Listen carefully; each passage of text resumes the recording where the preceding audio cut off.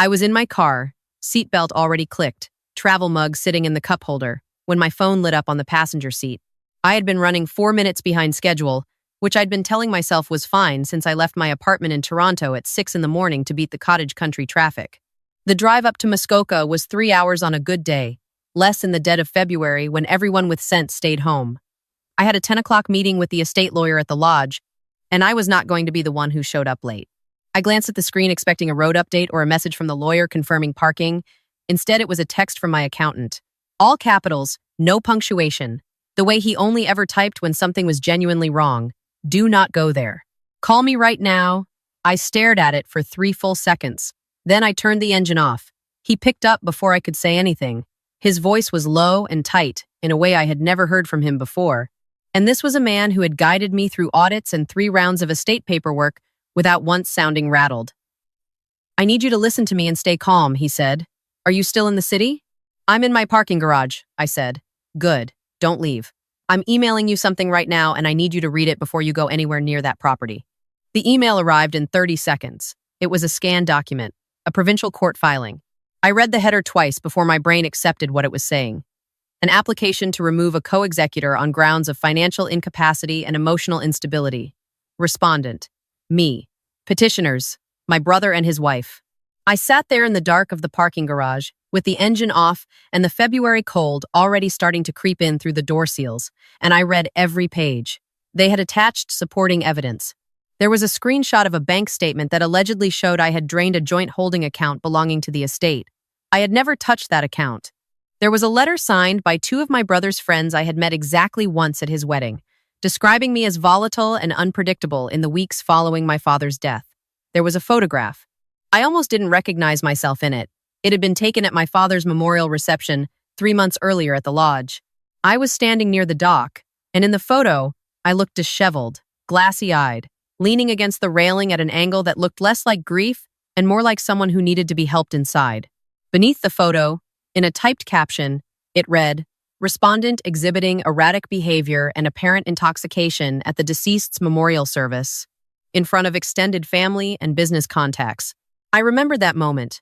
I had been standing on the dock because I needed 30 seconds away from the crowd inside. My sister-in-law had come out behind me, put her arm around me in a way that looked comforting from behind but was actually a grip that tilted me sideways, and said loudly enough for the 2 couples standing nearby to hear, She's okay. She just needs some air. She's had a bit much. Then she had steered me back inside. I had not had a single drink that afternoon. I do not drink at all. My father knew that. Everyone who actually knew me knew that. She hadn't been comforting me. She had been positioning me. I called my accountant back. How did you get this? I asked. The estate lawyer's paralegal is an old friend, he said. She flagged it to me as a professional courtesy before it was officially filed. You have maybe 48 hours before this goes on record. Catherine. He stopped himself. Sorry. I need to ask you something. Is there any chance your brother has access to your financial accounts? Any shared passwords? Any linked banking apps? I thought about it. When our father had been diagnosed 2 years earlier, we had set up a shared tablet at the lodge so both of us could monitor the estate planning documents from the same device. I had logged into my personal accounting software on that tablet once, and had meant to log out. I was not certain I had. There might be a shared device, I said. He was quiet for a moment. That would explain the account screenshot. The transaction they're pointing to, I'm looking at it now, it doesn't match any record I have for you. But if someone had access to the device, they could have moved money in and then screenshotted it before reversing the transfer. It would show up as a debit with no corresponding history if you pulled records only going back 30 days. I heard exactly what he was saying. This wasn't spontaneous betrayal. This had been planned in advance. Someone had run a test transaction on my name, photographed the evidence window, and reversed it before it showed up anywhere permanent. That took technical patience. It took someone who understood how estate accounting worked. My sister-in-law had worked in wealth management for 6 years before she stopped to raise their kids. How much is the lodge worth right now? I asked, though some part of me already knew. He pulled it up.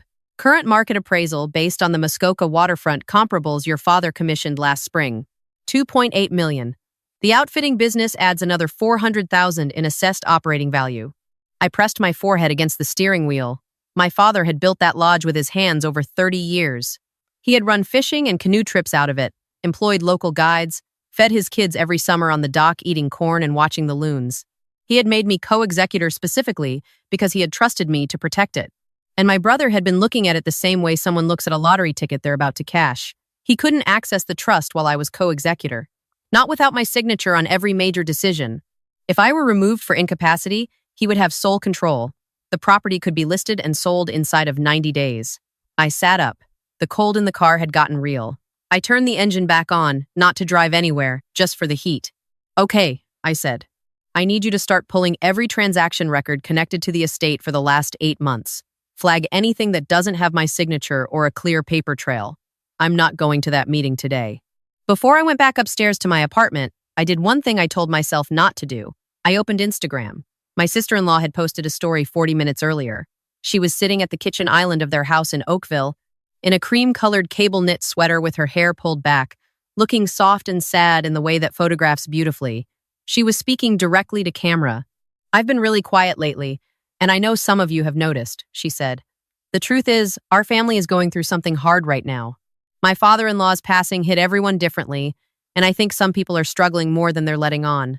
We've been trying really hard to hold things together and make sure the estate is handled with care, the way he would have wanted, but it's getting to a point where we might have to make some really difficult decisions for the right reasons. She paused, blinked slowly. Let the silence breathe in that particular way that invites the viewer to fill it with sympathy. The comments were already accumulating. Sending love. Family grief is so complicated. You're doing the right thing. So sorry you're going through this. I watched the whole thing twice. The first time with the part of me that had grown up with her at holiday dinners and baby showers. The second time with the part of me that had spent 6 years reading corporate filings for a living. What she had just done was not an emotional Instagram story. It was a preemptive press release. She was building her alibi in public, in real time, before I had a chance to tell my side of anything. If I pushed back now, I would look like I was attacking a grieving sister-in-law who was only trying to help a struggling family. She had taken the board and rearranged all the pieces while I was still figuring out we were playing a game. I put my phone face down on the kitchen counter and opened my laptop. I started with the shared cloud storage folder my father had set up for all the estate documents. It had been created with a family Google account, and my brother and I had both been added as editors. I pulled the activity log, something most people forget exists, a quiet running record of every time a file is opened, moved, renamed, or deleted. It took me 20 minutes to find it. 43 files had been accessed from an Android device registered to an account I didn't recognize between midnight and 2 in the morning on a Tuesday 3 weeks earlier. 12 of those files had been modified. I clicked through the changes. 2 appraisal documents had been replaced with older versions that reflected lower property values. A letter from my father's financial planner confirming the structure of the trust had been moved into the archived folder, out of the active documents section. And a note I had written to the estate lawyer, outlining my recommendation to maintain the lodge as a going concern rather than liquidate, had been deleted entirely. They hadn't just built a false case against me. They had been quietly dismantling the legitimate one I had been building for months. I took screenshots of the activity log, time-stamped and geolocated. Then I printed everything. I had 2 printers in my apartment, which my friends always found ridiculous. I did not find it ridiculous today. I had just sat down with a second coffee when my phone rang with a number I didn't have saved. I almost let it go to voicemail. Then something made me answer. Is this my uncle's daughter? The voice was young, female, slightly breathless. It's me. It's your niece. She was 17.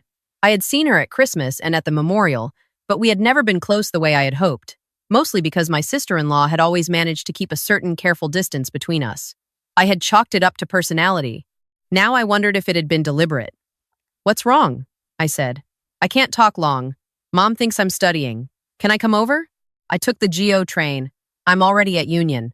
She arrived 20 minutes later in a puffy jacket and a toque pulled low, her backpack over one shoulder. She looked like she hadn't slept. She came inside, sat down at my kitchen table, and put her phone flat on the surface between us without saying anything first. I heard them talking, she said. Last week. Late, in the kitchen, when they thought I was asleep. I pressed record on my phone through the heating vent in my bedroom.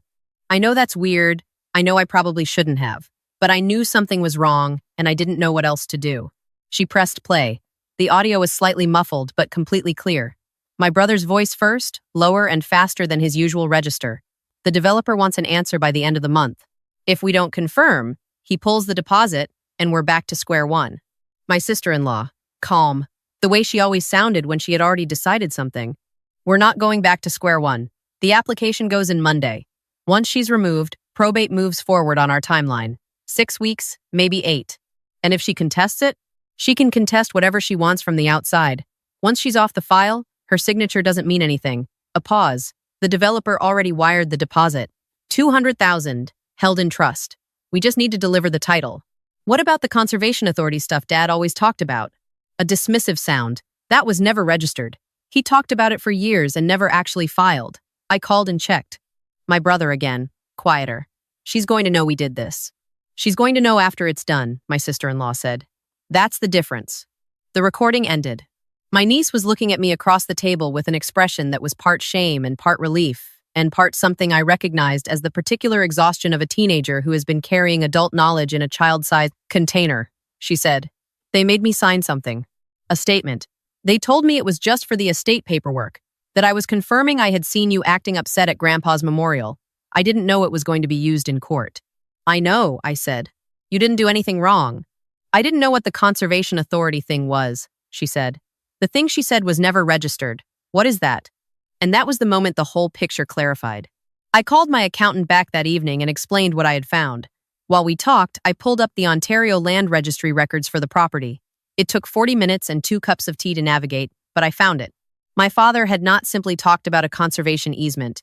He had applied for one under the Ontario Heritage Act in the autumn before he was diagnosed, and he had followed it all the way through to registration. It had been formally accepted and recorded with the Muskoka Watershed Authority and the province 18 months ago. The lodge and the surrounding 30 acres of waterfront land were permanently designated as protected natural heritage property. No demolition, no subdivision. No commercial development of any kind without a ministerial exemption that took a minimum of 3 years to obtain. My sister-in-law had called to check whether it existed. Whoever she had spoken to had told her there was no record. That was almost certainly because she had called the municipal office and not the provincial registry, a small difference with enormous consequences. My brother had accepted a $200,000 non-refundable deposit to deliver a property he was legally unable to sell for development, and he had no idea. I thought for a long time about what to do next. I could have gone straight to the estate lawyer and blown the whole thing open. I could have called my brother and confronted him with the recording and the registry documents, and watched him try to explain himself. I could have filed my own application with the court and let the process sort itself out over the coming months, while the developer grew impatient and the deposit window closed. Instead, I called my accountant back one more time. I told him what I had found. I told him my plan. He was quiet for a long moment, and then he said, "That is either very smart or very risky." "It's both," I said. I sent my brother a short text that evening. I told him the drive up to Muskoka had been too much for me emotionally. I told him I had been doing a lot of thinking, and that I was starting to wonder if maybe he was right, that maybe trying to hold the lodge together as an operating property was more than I could manage on top of everything else. I asked if we could meet with the estate lawyer together, just the 3 of us, early the following week. He replied in 4 minutes. He was very kind in his response. He said he was glad I was being realistic. He said it took real self-awareness to know when to step back. He said we could talk about next steps together, and that no decisions would be made without my input. That message lived rent-free in my head for the next 4 days. At the meeting, I arrived in a dark coat with no expression. My accountant sat beside me at the conference table. My brother arrived with his wife, which I had expected. She was wearing the expression of someone who had already won and was being gracious about it. The estate lawyer, a careful man in his 60s who had handled my father's affairs for 20 years, sat at the head of the table with a folder in front of him and looked at all of us with the neutral professionalism of someone who had seen a great many family meetings deteriorate. I let my brother talk first. He laid out his case slowly and reasonably, the way he always did, the way he had been doing since we were kids. He was not aggressive. He presented himself as the responsible older sibling trying to protect an estate from mismanagement. He referenced the court filing without using those words. He suggested that a clean sale of the property would be the most straightforward resolution for everyone involved. When he finished, I nodded. I said I had been giving it a lot of thought and that I understood his position. I said that I wasn't in a place to fight, that grief was taking more out of me than I had admitted, and that if he felt a sale was the right direction, I would not stand in the way. I watched his wife relax almost imperceptibly against the back of her chair. I said one more thing before I sat down. I said that I had been going through my father's old files, and I wanted to make sure all the relevant property records were in front of the estate lawyer before anything moved forward, just to be thorough, just to make sure we were all working from complete information. I slid a folder across the table. The estate lawyer opened it. The Provincial Heritage Designation Document, the Registered Conservation Easement, the Muskoka Watershed Authority Confirmation Letter. My father's correspondence with the ministry, going back 2.5 years. The room went very quiet. My brother looked at the document, and then looked at me, and then looked at his wife. She was already reaching for her phone under the table, which told me everything I needed to know about who the developer had been communicating with. The estate lawyer read the registration number aloud. He pulled up the provincial registry on his laptop to verify it in real time, which took under a minute. He looked up from the screen with an expression that was professionally composed but contained somewhere beneath it the particular stillness of a man who had just understood the full dimensions of the situation. "The property is permanently designated," he said.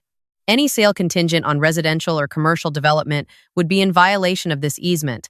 The province would have grounds to intervene and potentially to seize if the conditions were breached." My sister-in-law said, "Very carefully, we were told the registration was never completed." "It was completed," the estate lawyer said, 18 months ago.